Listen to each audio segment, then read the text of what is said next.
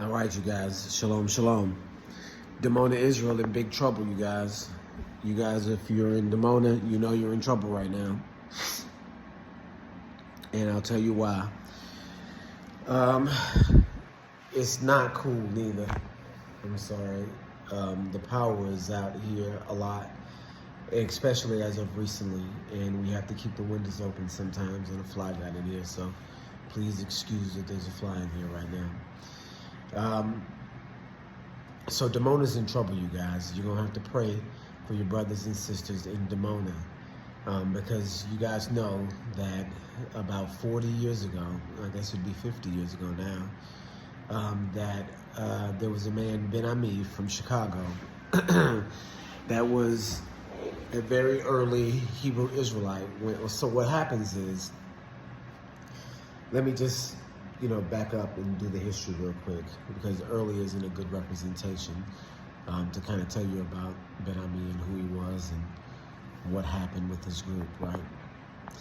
So what happened, or what does happen, is every generation or so, you'll get a group of people that wake up, right? That understand who they are and try to do something about it. And the natural inclination for any slave that wakes up into being a slave, do you understand? For generations in the past, people knew they were slaves. They were told they were slaves. They were told their history as being slaves. It's this generation that is in a historical fog where the Israelites don't know they're Israelites. Hebrew slaves don't know that they're Hebrew slaves, right? So in that scenario, in this narrative, right, where you have a very powerful brainwashing cult, which is what America is, that was able to brainwash these slaves into believing that they are nothing instead of the children of Israel, and then the children of Elohim if we are obedient, and has managed to be able to put a cultural amnesia over the entire group of people, my people, right, in America, the black folks in America. So in order for the spell to work, you have to continue to cast it, right? It doesn't just work on, one generation and then the next generation, is a part of that same group. You have to continue to cast it because it'll wear off. That's, how any spell works. It has to continue to work, right? That's why you always see pictures of the globe. That's why you always see pictures of white Jesus. No matter what the evidence says, you're going to always see a globe and pictures of white Jesus, because they have to continue to keep casting that spell, right? And so if you don't, or if a group, is woken up, of course, by the Spirit of Yah, or by any other means, right? Well, it's always going to be the Spirit of Yah, but, there are some ways that people work around and find this information out. So they can't suppress, and they can't, the magic, the black magic doesn't work on everybody every generation. There are some groups of people that, beyond the spell casting, wake up, right? And so Ben Ami was one of these groups that woke up, or Ben Ami was one of these people that woke up and then orchestrated a group together, a large group, and that group in the 70s in Chicago left. They left America. And the natural, logical conclusion of waking up and determining that you're a slave from Israel, an ancient Israelite slave, is to Exodus, right? That's the natural conclusion of all Israelites who understand that they're in a slave state, is to exit that slave state, right? And so 50 years ago, Ben Ami and a group of, a large group of Chicagoans, black Chicagoans from South Chicago, left America and, went to Africa, very similar to what we've done in this generation. In fact, there are some Dimonaites here where we are in West Africa and Ghana. In fact, some of them are my neighbors, right? And so we don't necessarily fellowship, because there's some doctrine that is different from our doctrine. I'm not sure what their doctrine is on the Messiah, on Mashiach, but I do know that they believe that Ben Ami, their founder, is a Mashiach and maybe the Mashiach, the Messiah. So we know that our doctrines don't align there, but we're always open to conversations with them, and we are definitely brotherly to them. Anytime they need anything, that's what I'm here for, and I feel as if it's vice versa. So, we appreciate their community, and we appreciate the history of their community. And then just to give you a little bit of history about their community, they continue to live in Israel to this day, in a place called Dimona. And that's what we're talking about here, because they are in trouble now. They are in big and serious trouble, because you've got a plague going on the world stage. You guys will wonder what's going on here, but you've got a serious plague getting ready to happen on the world stage. So what's happening with Iran and Israel, as you will have seen in my last video, the way that these world powers work is together and separate, right?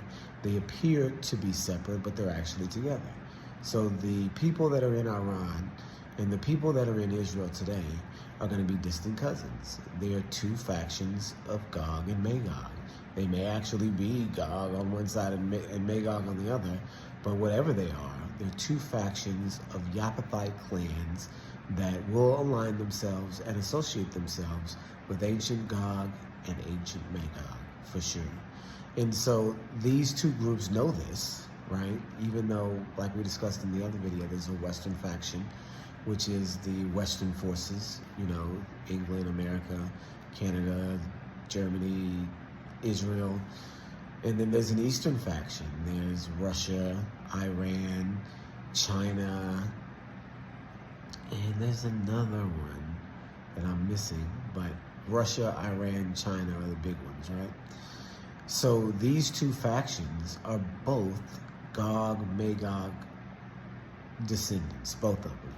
You can look at the history of Russia, Gog and Magog. You can look at the history of Iran, earlier Gog and Magog. You can even look at the history of China, right? You can look at the history of England. You can look at the history of the people in Israel now, right? You can look at the history of the Egyptians and the Egyptians that are there now, the history of the Libyans that are there now, the history of the Albanians. You're looking at the Gog-Magogites that spread all throughout Eastern Europe, come from the Caucasus areas, spread, invaded, and changed the racial makeup of the entire world in the 5th, 6th, and 7th centuries, right? Albania, Libyan, all of these different people groups, they're all Gothic, Viking, Gogite people. And so they're all separate, they're all clans, and they all exist in spread out places.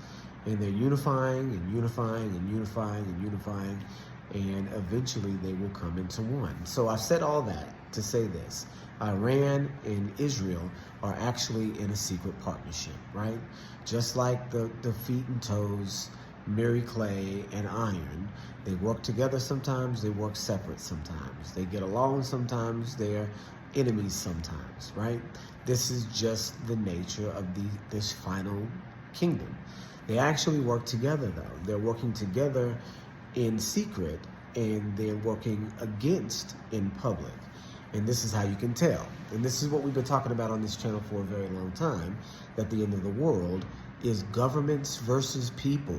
It's not governments versus governments anymore. Once governments decided that they had the ability to wipe out large groups of people, they came together.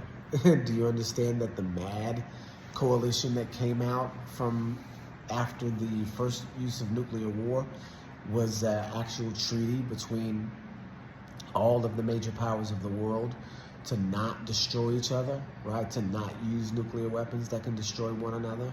And that means that they're all now in an alliance. They're in a secret or a public alliance, but that public alliance is more in secret, because if you have decided not to go to war on each other, as governmental bodies, then why do we still have war? Why do we still have these great, huge wars? So what that means is that the war is not government versus government, or, people group versus people group. It's governments versus the people that they control. That's the new nature of warfare, is all governments versus all people, right? And so that's why you see in all of these different governments these levels of oppression, right? And these, not just levels of oppression, but methods of oppression shared across all of these different countries, right? You know that all of these agendas that are in America are being pushed all over the world, and countries are either accepting it or denying it. But the countries that accept it are all in these clans and factions, right? And all of the same ones, either on the Eastern Bloc or the Western Bloc, right? And so that's what we see. And so since we understand that Iran and Israel are secretly in a partnership, we have to look at what's going on publicly and try to see if we see any evidence of them being in a secret partnership. Well, we do, right? You see that Israel, when it struck Iran or Iran's embassy or Iran's general, they didn't just bomb the country. They didn't just go on all out and kill a whole bunch of different people. They killed a specific person, right? They killed a person, maybe 2-3 people in these strikes. And check this out. It could very easily be someone that Iran sent over there to be killed in the first place for this very reason. You don't know about how, the subtlety works in these public arenas, right? You'll send somebody to get killed. This is a false flag. You send somebody to get killed so you have the excuse of an attack, right? And so you send this person out to get killed. Israel kills them. Then Iran is upset about Israel killing them, and they send over these drones, these slow-moving, easily targetable drones that are, expensive, but not so expensive that it's going to break you, right? Because what's getting ready to happen is going to be worth more than 1 million drones instead of 200, right? So check this out. They send over a very defensible public show of force that doesn't do anything, doesn't harm anybody, is just a show, right?